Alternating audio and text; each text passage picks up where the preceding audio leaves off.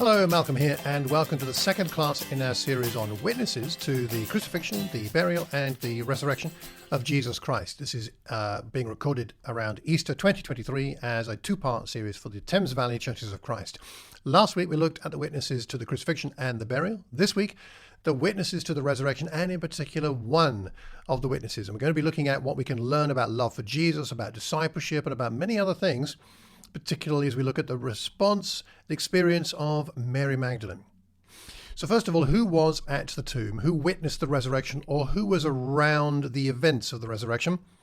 I'm going to put a graphic on screen here if you're watching the video, and you'll see that we have the other Mary, whoever she actually was, the others, meaning some more women, Salome, Joanna, Mary Magdalene, and Mary, the mother of James, and we're going to focus particularly on the experiences of Mary Magdalene and what that might tell us. But going to the text in particular that I'd like to focus on in John chapter 20, we first of all find that Mary Magdalene goes to the tomb. She sees that a stone has been removed from the entrance in verse 1. She goes running to Simon Peter and the other disciple. They've taken the Lord, don't know where they put him. Peter goes to the tomb. The other disciple outruns Peter. They bend over, look in, and they don't go in, but they look in. And then they leave. And they go back to where they were staying. So they don't witness anything. They see an empty tomb, but they don't encounter Jesus. There's something different here for Mary Magdalene. Even though now Jesus has been resurrected, I don't think we can say at this point that Peter and the other disciple are witnesses of the resurrection because they've only seen an empty tomb. However, Mary from verse 11, she's standing outside the tomb crying and she's weeping. She looks into the tomb. She sees two angels where Jesus' body had been, and they ask her why she's crying. They've taken my Lord away. She can't bear to be separated from him. I don't know where they've put him.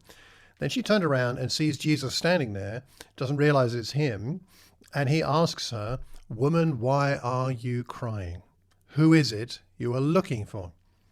And she thinks he's the gardener and asks, where have you put the body? I'll go and get him.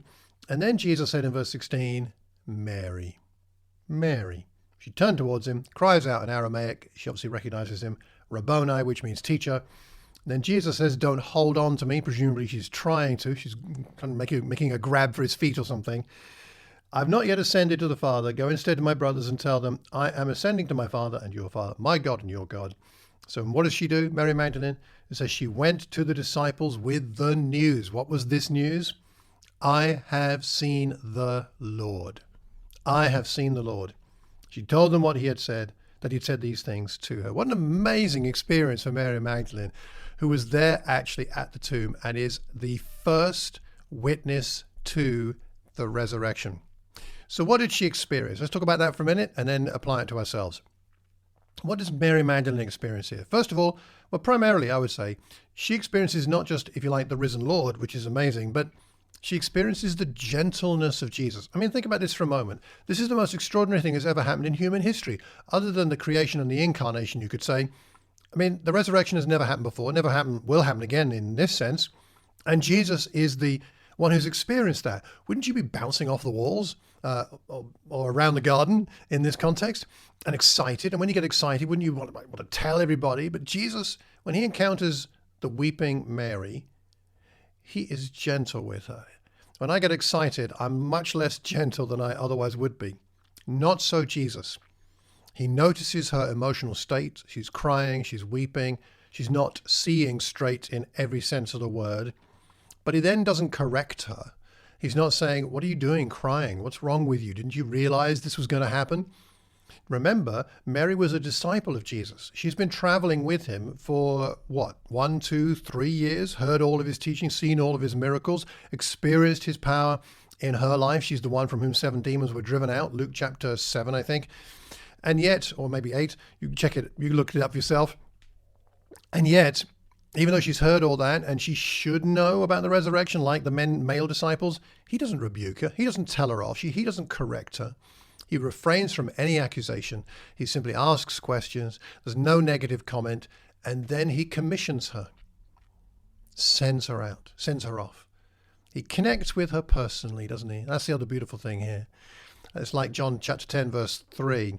He calls his sheep by name and leads them out. He doesn't say disciple. He doesn't say woman. He does at the beginning.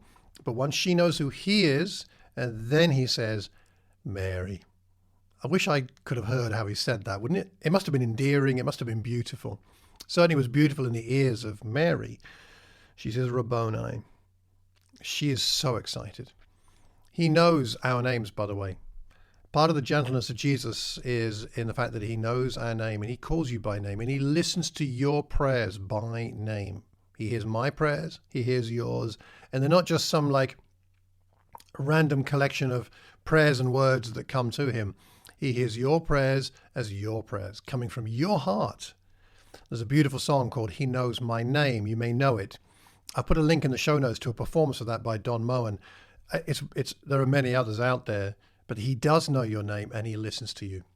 I expand on this point about gentleness a bit more in my latest Quiet Time coaching episode, which I've put the links to in the show notes. So you can always go and have a look at that.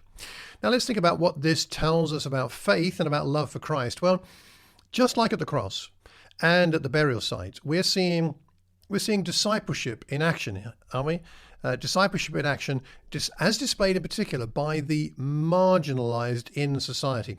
Joseph of Arimathea was a bit of a marginalized disciple. He was kind of in the shadows along with Nicodemus.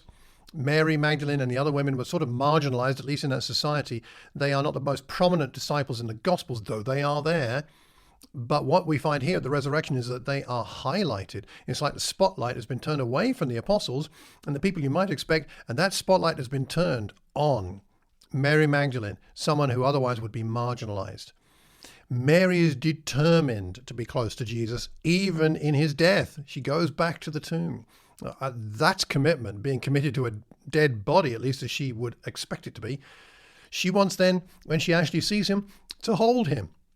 She wants to be that intimate, that close. She wants to touch him. And whether she actually does or not, because he says, don't hold on to me, we're not entirely sure, but that's what she wants. She wants to be with him, physically connected. That's amazing, isn't it? And she is willing and eager to obey Jesus by taking the message to the apostles, even though, let's be frank, it wouldn't have made any sense to them. And in fact, we know that they've been to the tomb and they were already confused and just gone back again. They haven't hung around. So she's willing to be obedient, willing to be a missionary. She's brave, even though she must be so afraid. She had the courage to witness to Jesus when she goes back to talk to them, even though she would most likely be dismissed. Her testimony would not be normally accepted in that context. I mean, what was she thinking as she made her way back to find the apostles again? But she's compelled by the truth of what she's seen, the excitement of what she's feeling, but mostly by love. By love, because she went to find them, even though she didn't know exactly what or how or why the events of the resurrection had happened. She laid herself open to ridicule, but she had seen the one she loved, and she wanted to tell everybody else. There are lots of references to fear in Matthew 28, verses 1 to 10, in a parallel passage to this you might like to look at. And Jesus has to say again and again, and the other people involved, or the angels have to say, don't be afraid. And she overcame her fear because of love and excitement.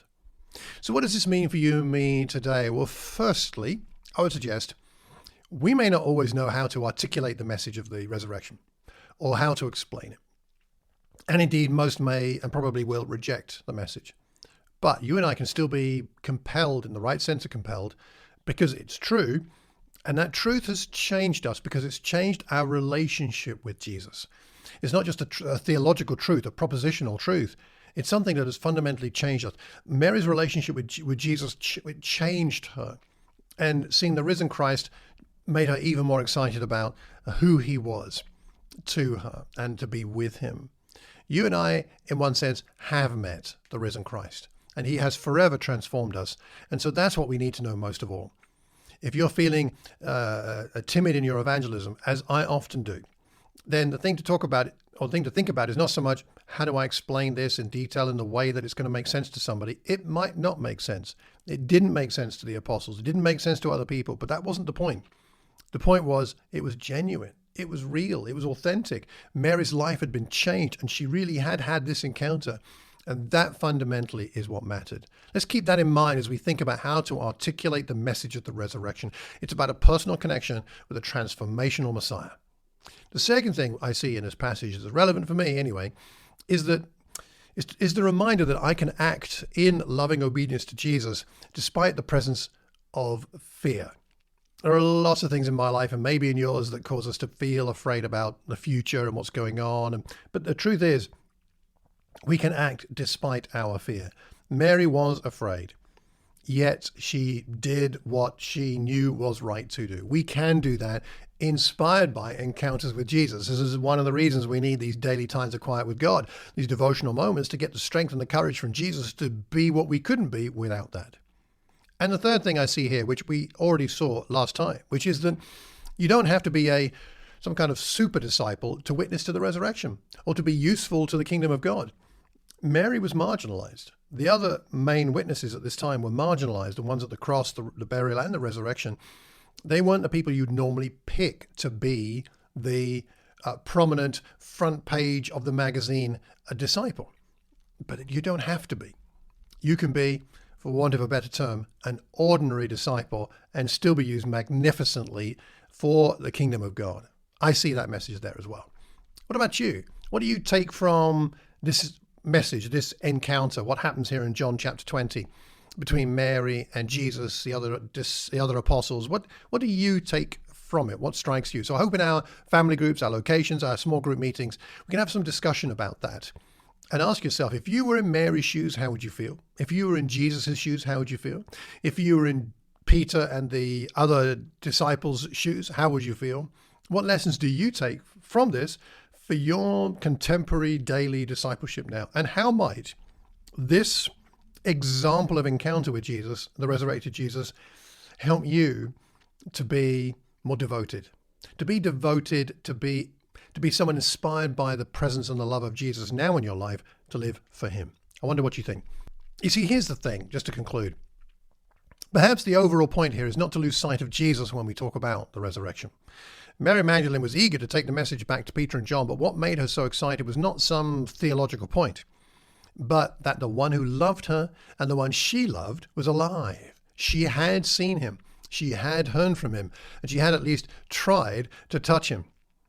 This is who we worship, and this is who we follow. We can have confidence in him. Well, that'll do for today. I hope you find that useful. Do let me know what you think. Malcolm at malcolmcox.org. If you've got suggestions for future classes, I'd love to know. So please let me know. And the classes for May are going to be done by my friend Simon Dinney up in the Belfast Church. He's going to do 2 classes for us in May on the kingdom of God. So look forward to those. They'll be coming out fairly soon. Until the next time, take care and God bless.